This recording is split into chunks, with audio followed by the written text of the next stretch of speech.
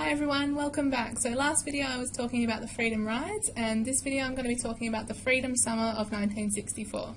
This is History with Zara Anderson, and today's video focuses on the Freedom Summer in line with the IB World History Paper 1 topic Rights and Protest. So the Freedom Summer, which is also known as the Mississippi Summer Project, happened in 1964, and it was an organised voter drive in that it was aiming to increase black voter registration in the state of Mississippi. The key organising parties were the Student Nonviolent Coordinating Committee, also known as SNCC, and CORE, the Congress on Racial Equality. So what basically happened during the Freedom Summer was that many activists from across the country went to Mississippi to try and organise and support black voters to register for the upcoming presidential election. But during this time, those workers were subjected to harassment and bullying through false arrest, beating and arson attacks. However, this wasn't enough to make America take notice. What did make America take notice of this event was that 3 Freedom Summer workers were murdered by segregationists who were also suspected of being Ku Klux Klan members. So a quick little detour into the KKK. So the Ku Klux Klan was formed in 1866, and by 1870 it had almost extended to almost every southern state in America. What their main idea is that they oppose any attempt at economic or political equality between whites and African Americans, and they do this through intimidation and violence towards African Americans. They sort of died down in the early 20th century, but it was definitely revived during the civil rights movement because, of course, this was the fight for economic and political equality for blacks, and this was their thing that they primarily opposed. And their primary goal was to maintain white supremacy, and they pursued this particularly in the civil rights era. The KKK were responsible for bombings of black churches and schools, and also for violence against black and white activists in the South during the civil rights era. They're most commonly known by their costumes, which are seen on the screen now, and for their gatherings where they will burn crosses as a symbol of white supremacy and Christianity. So back to the Freedom Summer. So Mississippi was targeted for the Freedom Summer because it had the highest percentage of African American population across America, and that 45% of the population of Mississippi were African American. It also was targeted because it had the most hardline white supremacist or segregationist government, with violence against African Americans including beatings and lynchings higher than any other state. This obviously had led to lower voter registration, with only 5% of African Americans of voting age being registered to vote, which was 17% lower than the national average. The Freedom Summer was always going to be met with opposition from the Mississippi government, given that we knew that they were the most hardline segregationist state in all of America. So the first 300 helpers arrived in Mississippi in June of 1964, but the Mississippi government was prepared to squash the protests through tear gas, shotguns, and they even had a tank on standby. Basically, this was outlined by Governor Johnson of Mississippi, who stated that we are going to see that law and order is maintained Mississippi style. So that probably gave the Freedom Summer workers some indication of what they were in for. However, they couldn't have predicted what happened next. Shortly after the arrival of the helpers, 2 white students, Michael Schwerner and Andrew Goodman, disappeared along with African-American SNCC worker James Chaney. So here's what has been found to have happened on that night. The trio of Freedom Summer workers were arrested for a minor traffic violation and taken to the local jail.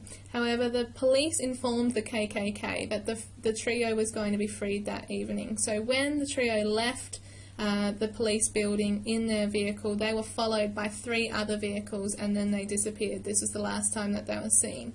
From this, President Lyndon Johnson ordered a major FBI organisation investigation under the codename Mississippi Burning, which incidentally, if you're interested in this event, is a really, really good film called Mississippi Burning about this event. So if you want to learn more, watch that film. So 6 weeks later, they had interviewed over 600 people about the disappearance, and they had found the bodies in a dam nearby, and it was concluded that they had been severely beaten and murdered. Here's what happened next. Although 3 people had been murdered in their state, the state of Mississippi refuses to prosecute anyone, even though the FBI investigation had found that 18 people were involved in the murder and kidnap of the 3 civil rights workers. It was also found that the Neshoba County Deputy Sheriff had coordinated the kidnap and murder, but no prosecutions were made in regards to this case. Later in 1867, the Deputy Sheriff and 6 others were convicted of a much lesser charge, nothing related to murder, of conspiracy to violate the civil rights of the victim. This was a much lesser charge. So, although it was a much lesser charge though, it was a key moment. A jury had convicted a white person in connection with the murder of an African American. So, although they got convicted of the lesser charge, it was still an important event, although it has to be noted that it was the murder of the white students in the first place that probably brought so much attention anyway. So was the Freedom Summer a success? Well, if you're just looking in terms of number of people who registered to vote, you would probably say it wasn't a success, in that only 1,600 voters were able to register during the summer, although 17,000 tried. Fear had prevented many of the people being able to follow through, but the murders did make black disenfranchisement very high on the political agenda. So this would speed through the eventual 1965 Voting Rights Act. A really good outcome of the Freedom Summer was that political involvement for African Americans in Mississippi was high on the agenda. So the Mississippi Freedom Democratic Party was formed, and around 80,000 black Mississippians joined and elected 68 delegates to go to the National Democratic Convention. This is where Lyndon Johnson was seeking re-election as the Democratic candidate for the 1964 election.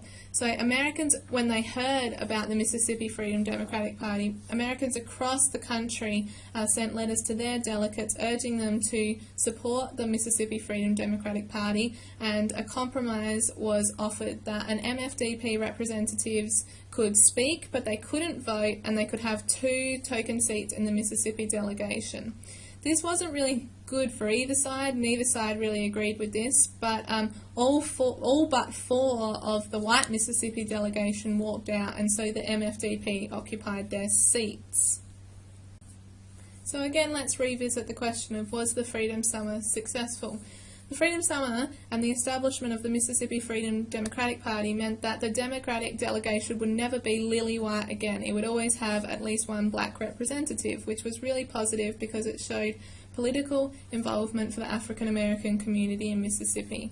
It also, again, like many of the significant events that we've studied, highlighted the struggle to a worldwide audience, but the most significant thing was that it gave many people involved in the civil rights movement a view to looking for other remedies outside non-violent protest that could solve the problem of inequality between white and black by genuine political involvement. Thanks again for watching. So my next video is going to be about the Civil Rights Act and the Voting Act, and I'll see you next time. Bye!